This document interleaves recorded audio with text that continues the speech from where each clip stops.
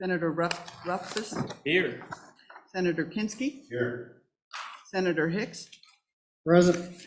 Chairman Driscoll, Here, all present. thank you. So we'll take up, I think what we've got noticed is our rules of the Senate will be the first thing we take up. Director Olbrecht, would you like to walk us through those? You bet, Mr. Chairman. So as you well know, on your first day of session, you adopted the Senate and joint rules of the 66th legislature as your temporary rules. And Senate rule, or I'm sorry, Joint Rule 11-3 requires that by the 5th legislative day of the session, you adopt permanent rules of the 67th legislature. So what historically has been the practice is you accept amendments from the floor to the Senate and joint rules for to the 66th, to your temporary rules for adoption as your permanent rules. So you've got a few proposed amendments before you, two, I believe, for consideration to your Senate rules. And the first is a proposed change, Mr. Chairman, to Senate Rule 1-1A. Mr. Chairman, Yes. Senator just Kinski. Matt, I want to make sure, I've got this list of proposed changes, but all through this draft, there's quite a few more changes that are in here. So one's the legislative manual, and one is our rules for. Okay, the rules, Deal. gotcha. And the manual, All right, we're going to okay, lay back, I believe. gotcha. I'm not going to predispose. All right, I'm back now. Okay. So what were we on, Matt? So, Mr. Chairman, the first, you only have two actual Senate rule changes to consider being proposed right now. Now, senators could bring other amendments to the floor, but the first is to Senate Rule 1-1A. Senate Rule 1-1A is the heading on the top. And that is to change your existing Senate rule on the precedents of the Manual of Legislative Procedure. It says the Wyoming Manual of Legislative Procedure shall govern procedural matters for the legislature not shown elsewhere in these rules and not inconsistent with those found in, and it states the Wyoming law or constitution. So, Mr. Chairman, this proposed amendment strikes law or, and what that has the effect of doing is in the hierarchy of precedent and procedures, authorities within the Senate, it'd be the Constitution and judicial decisions deciding those constitutional provisions, the rules of the Senate and the joint rules, then the Manual of Legislative Procedure, then custom, precedent, and practice, and then the Wyoming statutes, then Masons, and then other parliamentary law. And the purpose really, Mr. Chairman, is this, is each Senate gets to decide what its own rules and procedures are if they're constitutional. And a statute that decides procedures for the Senate, well, you can't change that by the Senate itself, right? That requires the House to also adopt those changes and then the governor to approve them as well. So that's why really, in the way it's always been handled, is the manual's higher than statute in your hierarchy of authority. Still can't break the law, but it ranks lower on the list. You bet, the law ranks lower on the list. In fact, the Senate is free to disregard a statute by majority vote of the Senate if it strictly relates to the procedure of the Senate. Thank you, that's a great clarification. Mr. Chairman, Senator Hicks, only for procedural. only for procedure. So if there's some statutory construct on the procedures, we can, if we adopt this, we wouldn't have to go to a vote. Is that correct? I'm sorry, Senator, I just missed the last. We wouldn't have to go to a vote to set aside anything. So in other words, if I heard you right, we can currently, as a Senate, set aside by a vote a statutory component that governs procedure. We could vote on that. Right. If we remove law from here, we no longer have to vote on that. Is that correct? Here's what I would say to that, Senator. If the Constitution or a Senate rule or now the manual differs from the procedure that's in the statute, then you wouldn't have to vote to overrule that statute because the manual already says you do. And what would be the situation is someone would call a point of order. Point of order, 28.5.104 has this provision in it, and the Senate needs to follow that. And then who's ever in the chair, either the president or the chairman of the committee of the whole, could decide whether that requirement in 28.5.104 was different than a procedure you have laid out in your rules or in the manual. Minority Floor Leader Roth was. I think an important clarification, and I think I'm understanding this correctly with what Director Obrecht is saying, is this proposed little change of striking law or doesn't actually change how we do things. It reflects how we do things. We do not abide by the words law or currently. So we're actually conforming our rules to our practice with this amendment. Thank you. And Mr., go ahead. Senator Kinski. So if I can follow up, Matt, following your line of reasoning, the reason that our rules would trump a statute is the Constitution itself says each body will determine its own rules. Is that right? Mr. Chairman, Senator Kinski, that's exactly right.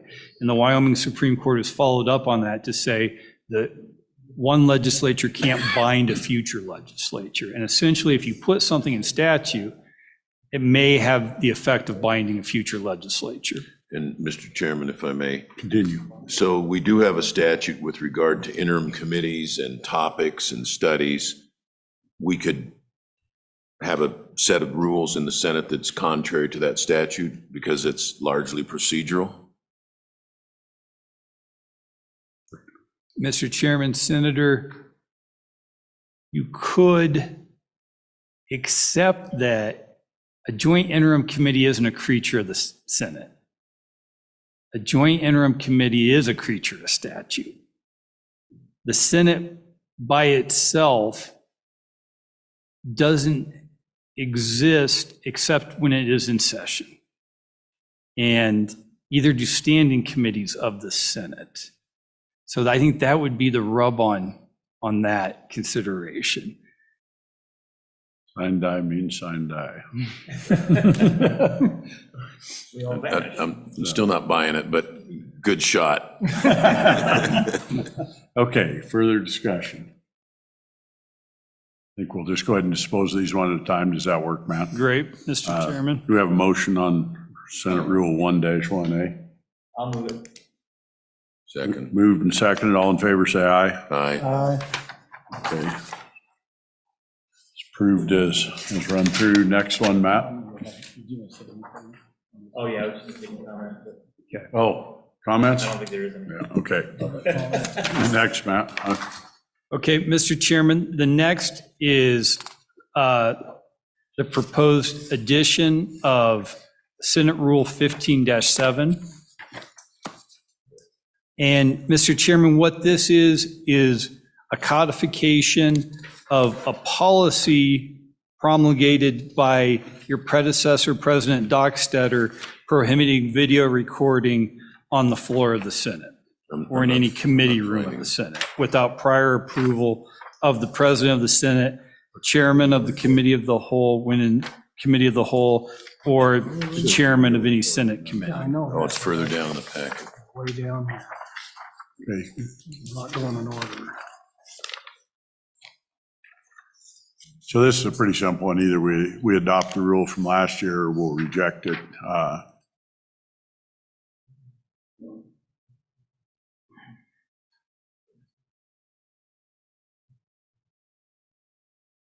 So let me ask a question on this, because we run into this scenario, and I don't think this, I think I know, I already know what the answer to the question is we had this occur, yeah, We had this occur in a room in the Capitol. But I don't know that we could adopt a rule here for the Senate because it happened in a caucus meeting. Right. So consequently, we couldn't put that in rules of the Senate because it wasn't an instrumentality of the Senate when that occurred. Yeah, Is that correct? Mr. Chairman, that's right, but you could promulgate a caucus rule. Yeah. Which we'll do. All right. Thank you for that edification on that. So committee comments on the existing rule. Minority Floor Leader Rothfuss. So I think there are two different levels here. One of them is us governing ourselves. It's pretty straightforward from the floor, on the floor, within the chamber. The other one that's a lot harder is in a committee room when everybody's got cell phones. You know, how much policing do we want to do and how rigid do we want to be on that if we're in a public committee meeting? I mean, we've talked about this a lot. It's just a really hard one to actually enforce, and one generally good rule is don't write a rule you can't enforce. So I guess I'm just a little concerned about us having that rule in place, and what do you do then when you see that somebody's filming a couple of minutes, or you think they are? What are you going to call for their phone? Hey, did you video me? So I don't know. I mean, I'm not saying either way on whether it's a good or a bad policy. I'm actually just more thinking about the logistics of carrying it out. The little one provision there about on the floor of the Senate within the Senate chamber is pretty easy. We got that, I think. Senator Drew? Are we talking about, when we're talking in a committee meeting, we're just talking about senators. We're not talking about someone in the audience. They can do it. Or No, I think it's the audience too, the way I read it. So I'll actually make a little comment on, my deal is that this gives our chairman some latitude, and it may or may not be totally enforceable, but I think it's pretty easy for a chairman to bang his gavel and say, you over there, could you please put your phone down? These meetings are recorded. If you need a recording of it, they're recorded, but I'm not going to tolerate holding your phone up and doing it. And maybe it's not enforceable, but I can tell you as a chairman, there's a time you might not want to. I've actually been in a meeting when they sit right the way we are here, and they've got the camera held up, and it actually chills witnesses. So that's my comment. Yep, that's just fine. Further comments, committee? Chilling effect, I hadn't thought of that, but it is, I mean, Mr. Chairman, I'm sorry.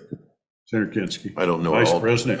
I don't, at times, I don't know what the intention is, but you've seen at meetings where they stand up and they're making a show of recording everybody with a video, and I assume it's intimidation. Doesn't intimidate me, but it hadn't occurred to me that the effect on witnesses or on members of the audience that might want to testify, but, you know, are hesitant because of that. Further comments, committee? Senator Drew. I'm just trying to, I understand what you're saying, and I agree about the chilling effect, but this meeting's on tape right now. Everyone that speaks is on tape. I'm speaking, I can see myself, I'm on tape.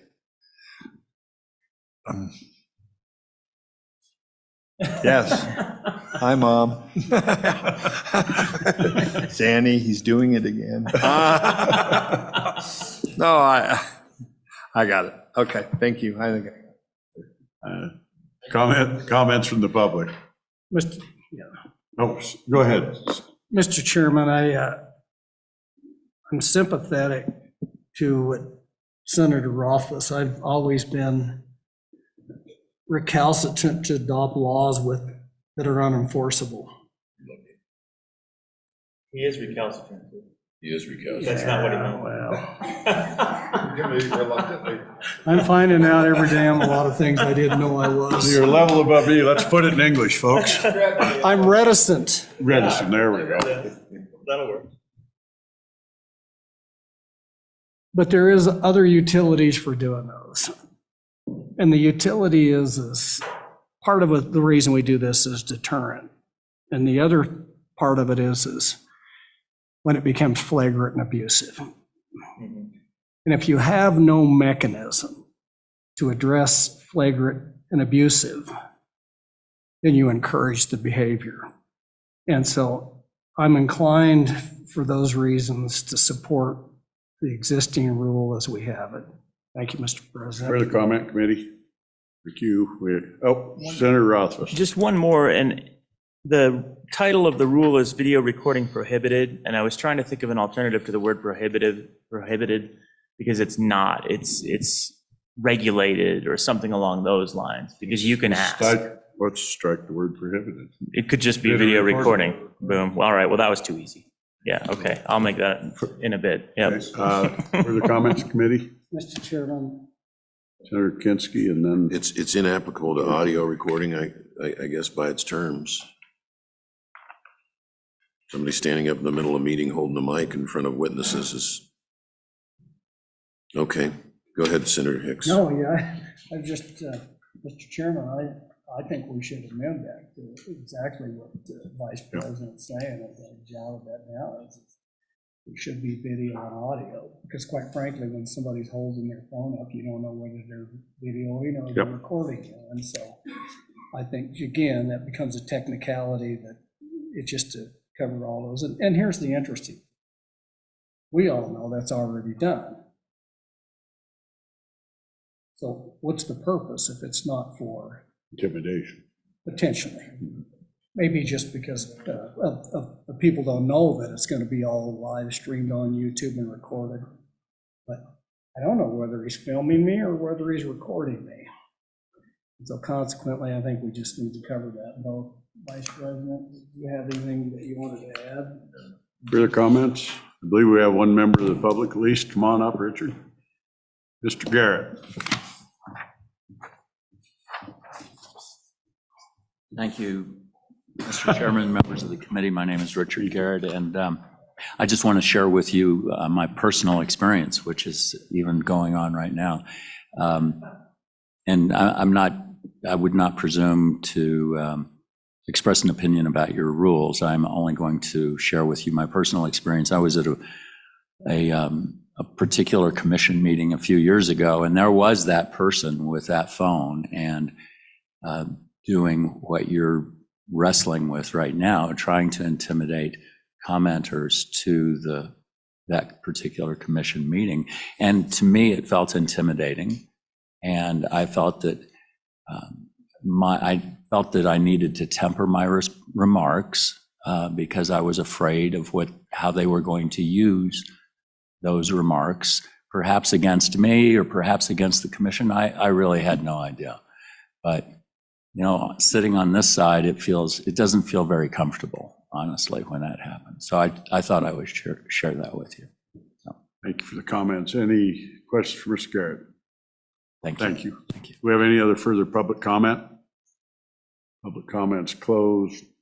Pleasure, committee. Majority Floor Leader Hicks.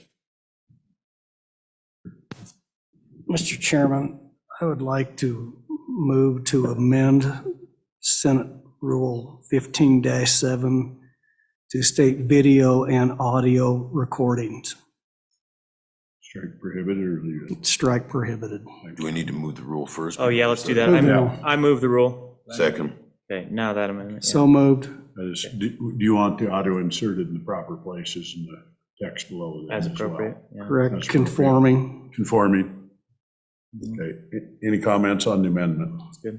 All in favor? Aye. Aye. Opposed, no. Amendment's passed. We're back on the rule. Question. All in favor of the rule?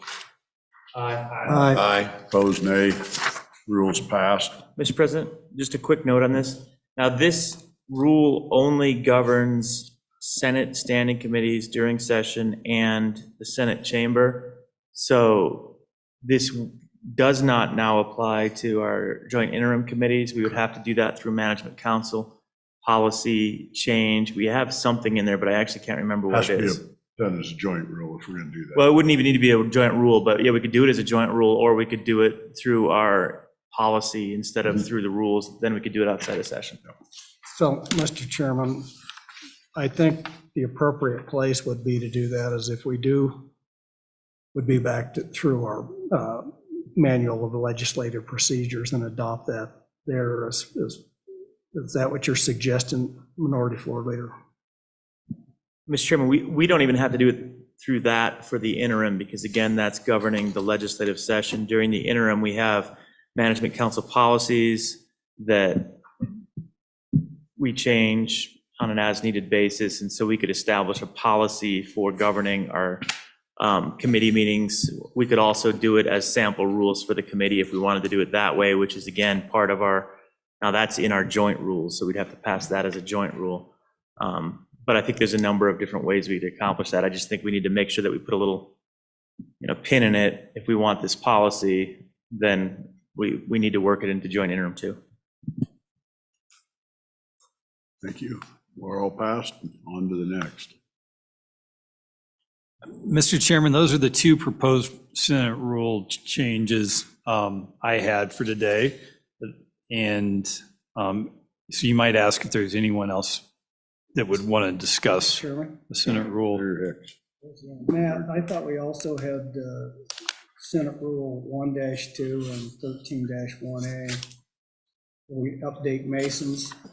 Mr. Chairman, you're right. Yeah, I forgot about those two. So,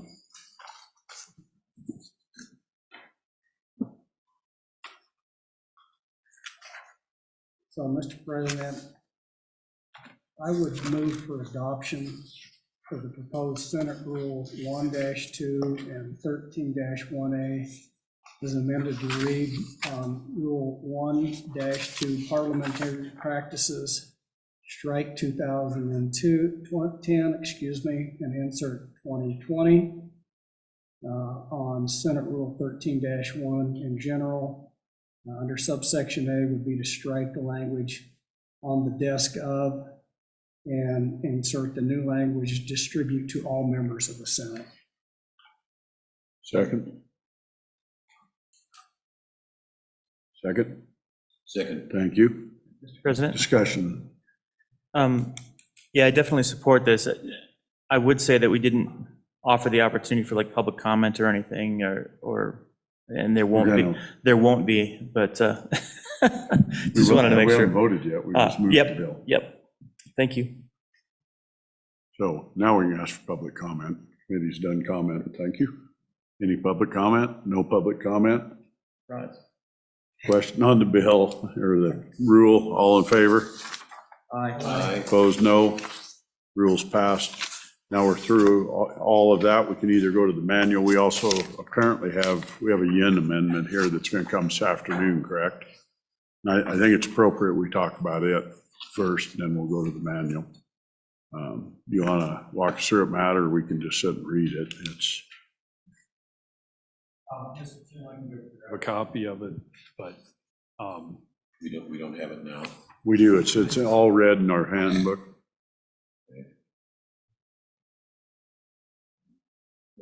And I'm going to comment on it a bunch, so.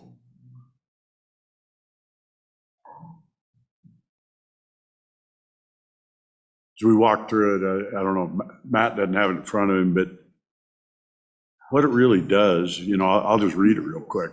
Approving joint interim committee request for study services under WS 288104B, Management Council may assign additional topics to joint interim committees for study, but shall not remove or disapprove any topic requests for study by a joint interim committee. B, except as specifically approved by the Management Council for the study of additional topics signed under subsection A of this section. Committee shall be authorized standard budget to conduct interim meetings annually determined by Management Council as the amount necessary to facilitate not more than 3 two-day meetings for joint interim committees and 4 meeting days for statutory created select committees. The way I read this, we're abdicating a huge amount of our authority because it tells us we can't say no to them. If they bring a committee that says they want to see if a duck quacks or not, you're going to approve it. It's mandatory. And I'm one of the ones that I've maybe abused it, but I think it's Management Council's authority to say we don't like it and it's not coming. Am I wrong in that, Matt, the way I read that? Because it says shall not remove or disapprove. I mean, it's a pre-approval of whatever they bring, the way I read it. yeah, Mr. Chairman, as long as No, it is. The restriction that management council would place is through the limit on the number of meeting days and the budget of the committee. But as to the topics considered, management council could approve additional topics, but not limit those topics that a committee approves. It does not say shall not remove or disapprove any topic requested for study by a joint interim committee. That doesn't that say we have to approve it? The way I read it says we have to approve Yeah, it. that's right. Right. Yep. I can tell you for me, I'll be one vote. There's no way I'm going to go that, I actually am just the opposite. I think one of the problems we got is these committees are taking up topics that they're not approved on right now. Mr. Chairman. Senator Kinski. Well, I get what he's trying to get at. I know I came to a point where I didn't even bother to turn interim topics in because it bear no relationship to what I was going to get back from management council. But I do understand you've got to have management council. The way I see management council is to control the amount of resource that these interim committees use. They could call for all kinds of studies and blow through a budget and really burden staff. And so you've got to have somebody running the switch yard to determine how many of these topics are really worth undertaking. The other concern I have is, some committee chairs don't really vet. You get 15 different topics from your committee and they all get turned in. And under this, all 15 plus anything the management council has is going to be on their agenda. So I think it's more a matter of,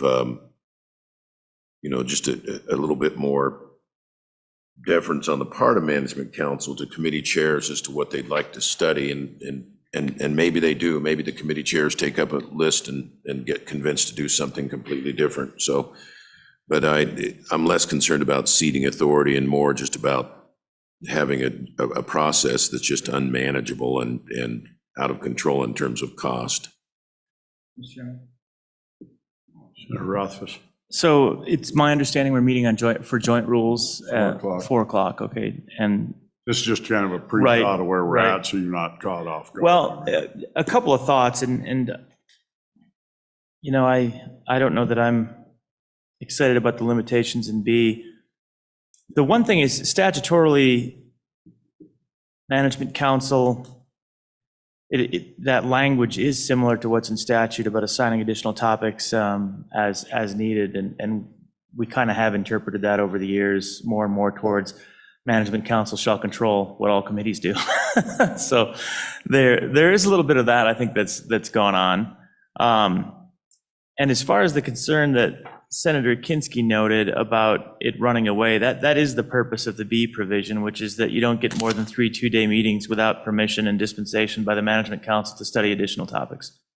So I think the intent of this is management council isn't going to tell you what to study as a committee, but we're not going to give you any extra resources to go off on those goose chases. So stay in your lane and focus on what you want, unless we give you extra. And then if we're going to give you extra, we might give you some more money. That I think is the concept. And again, I think it's conceptual, but it doesn't do that. It's, no, I think it does that. Mr. Chairman, I think it does that. So I only bring 4 topics, and I bring one that the management council specifically does not want, which we've run into. I can tell you, Yeah. I was a victim of it. And then they intentionally go ahead and bring it up, and we don't have any teeth to stop it anyway, the way it's going, but management council's there for a reason, and to me, they said over the top, and this actually circumvents part of what management council does. They're there to make sure those committees are efficient and work correctly, the way I see them, and they get some latitude. There are leadership people. Mr. President, respectfully, I've always kind of seen the opposite over the years and tried to restrict management council's ability to influence policy decisions and decisions made by the chairman of the committee, and try to keep management council more focused on making sure the lights stay on. And we have sufficient staff, which we've honestly probably failed at. We need more staff. But, and leave it to the chairs as their authority to be, again, deciding what they want to study, unless we want to ask them a question, which is again what it says in statute, that management council may So I have an ask. interesting one. Mhm. This takes power away from the chairs. It says they shall approve. It doesn't say the chairman has any authority over it. It just says whatever topics come up. So if Ian sends in his favorite topic, Oh, Mr. Chairman, then that's probably phrased wrong, because the intent is that the committee decides its own it's topic. not there. No, that's fair. Senator Drew. Well, yeah, I mean, we're just discussing this, and We we're are. bringing it up. Yeah, we're taking no action. If we were just, I was just spitballing it, the way I'd do it is I'd split this between two motions. I'd vote against the first and vote for the second. Same. And say, let the management council choke the amount of meetings and the amount of money that's spent, but I frankly don't agree with the first part. I think it could be. I think of this as someday, if the roles were reversed, this may not go so well. I don't think it goes Everyone well. was- I don't and think it the goes well chairman right had now, it- personally. Had us come there, Senator Kinski referred to it earlier, it's frustrating sometimes as committee chair when management council picks 4 topics for you that are not the 4 that you wanted, maybe not any of the 4, so. Senator Hicks. Matt, I've got a question for you. The way I read this, when we get to subsection B, and then we get to A, and it talks about management council. So let's just start. This section, committee shall be authorized a standard budget, so that's a mandatory, to conduct interim meetings that is annually determined by management council as amount necessary to facilitate not more than 3 two-day meetings for the joint interim committee. So I want to stop there. If we adopted that rule, I don't see that there's any provision in there that we could ever go beyond that.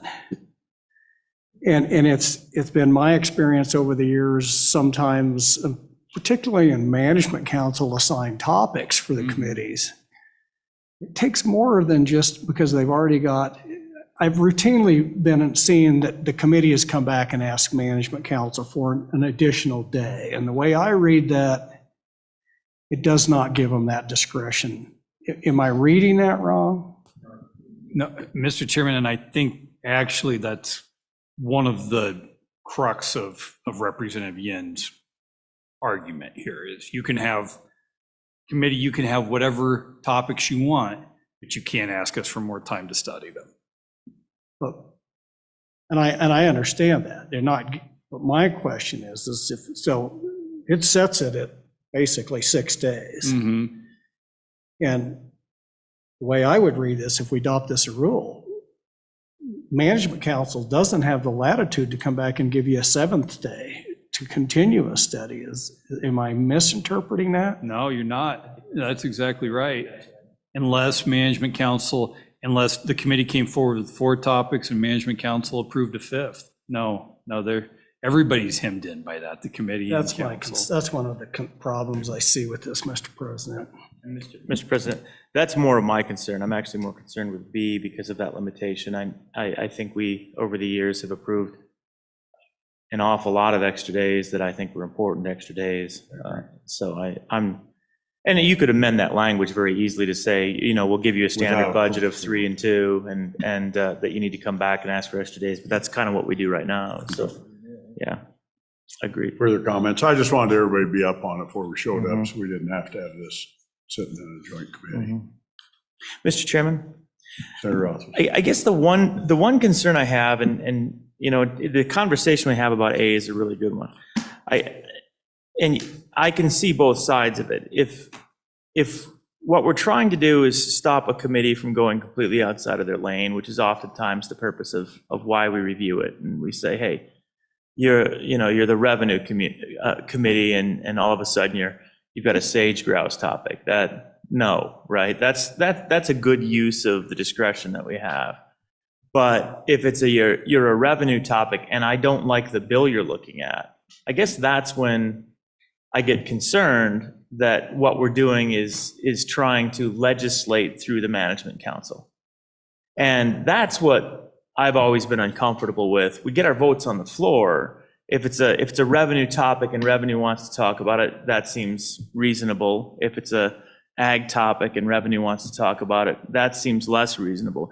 This doesn't necessarily capture that, but I just feel like when they're in their lane, and believe me, part of this is the fact that I remember one time probably micromanaging topics for 8 hours one day.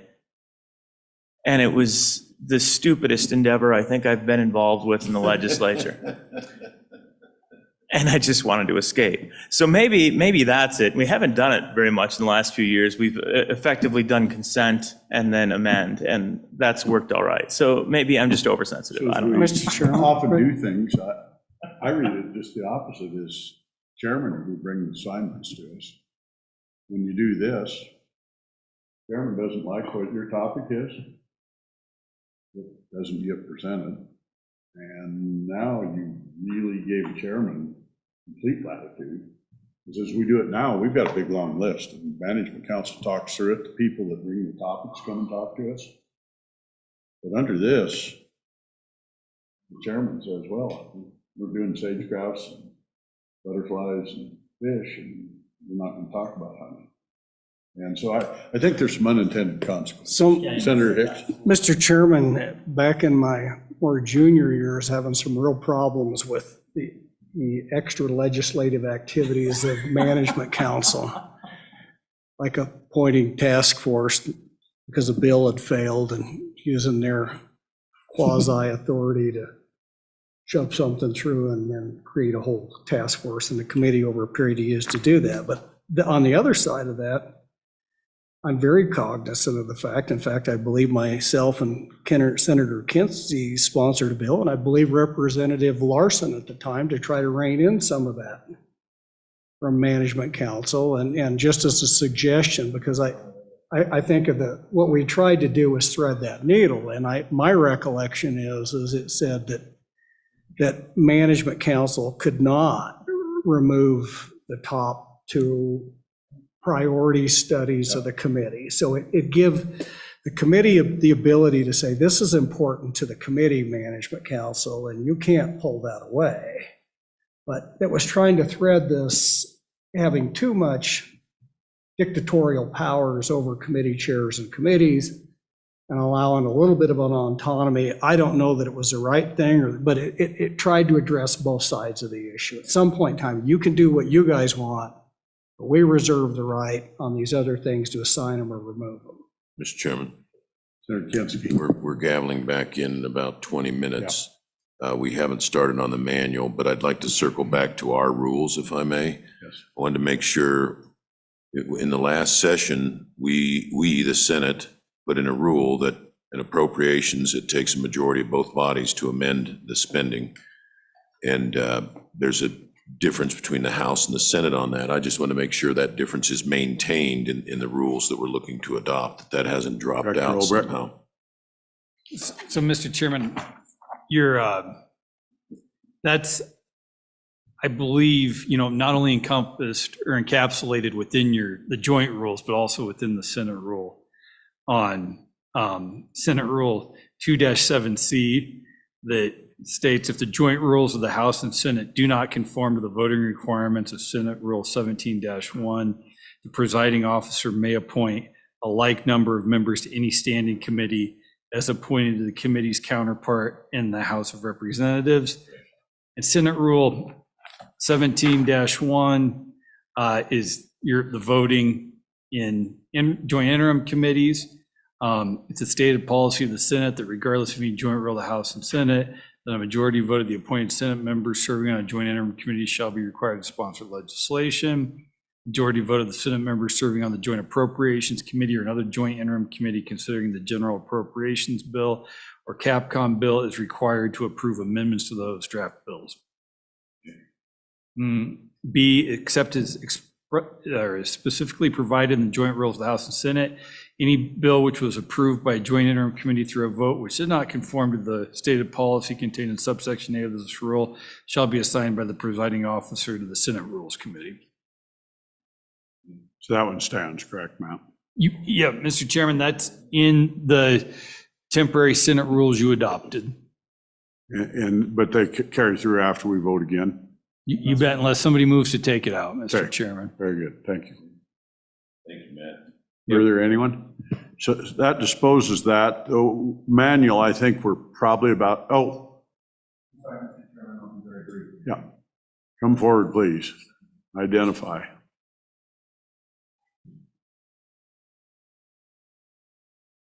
Richard Garrett, and again, not presuming to speak about your rules, but again, offering you perspective from this side of the room, and it's not just lobbyists, it's members of the public. Going back many, many years, when I first started working around the legislature, the process was very different then than it is now. And in my opinion, it's much better now than it was then. It's much more formalized. It's much more, in that way, it's much more open to the public because it's much more predictable to the public. And I think you'll agree that we're all trying to do the best quality work that we can on behalf of the people of Wyoming. And part of that is predictability. You know, we need to understand what those issues are that the legislative body believes are important during the interim process, which is a very critical part of our legislative year. So a lot of us go into a lot of planning to try to make sure that your time is used as productively as possible. So again, I'm not presuming to suggest a path forward to you. That's not my job, but I did want to offer you that perspective. Thank you. Questions for Mr. Garrett? Thank you. Thank you very much. I think at 1:45, if Director Albrecht makes himself available, we'll be meeting his rules multiple times more. We'll go through an update on the manual. And pending no objection, we're going to lay the manual back to try to coincide roughly with when the House takes it up, which I believe at this point is a week or two, correct, Director Albrecht? Yeah, Mr. Chairman, no date specific, but a mention of next week sometime. So I've visited with Speaker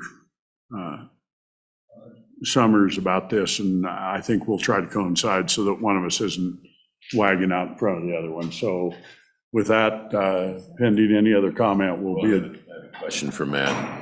So when we meet with the House jointly upon adjournment, I have an amendment to Joint Rule 10-1. That's the one that you and I discussed. And then I have repeal of some rules. Is there any other modification to the joint rules? And the yin, those are the three. Is that it? That's all I've got, Mr. Chairman. Okay. Mr. President? Majority Floor Leader Rothfuss. So with regard to the process, though, if we're going to lay back the manual of procedures for 2 weeks, we're going to be adopting our rules in a couple of days. That would then require a 2/3 majority in both chambers to adopt an updated manual of legislative procedures. No, Mr. Chairman, Senate Rule 1-1 is clear that to change the manual just requires a majority vote of the Senate. Under any circumstance. Okay. Yeah, and it's less clear in the House and in the joint rules. Joint rule says the changes have to have the consent of both rules committees first. Gotcha. But I think it's my best, advice, and also from historic practices in the House, just takes a majority to change them as well. To change the manual. All right, so we don't run into that problem with the manual. Right. Good. Even without the changes to the manual. I know that with the changes to the manual, it Speaking, Senator Kinski.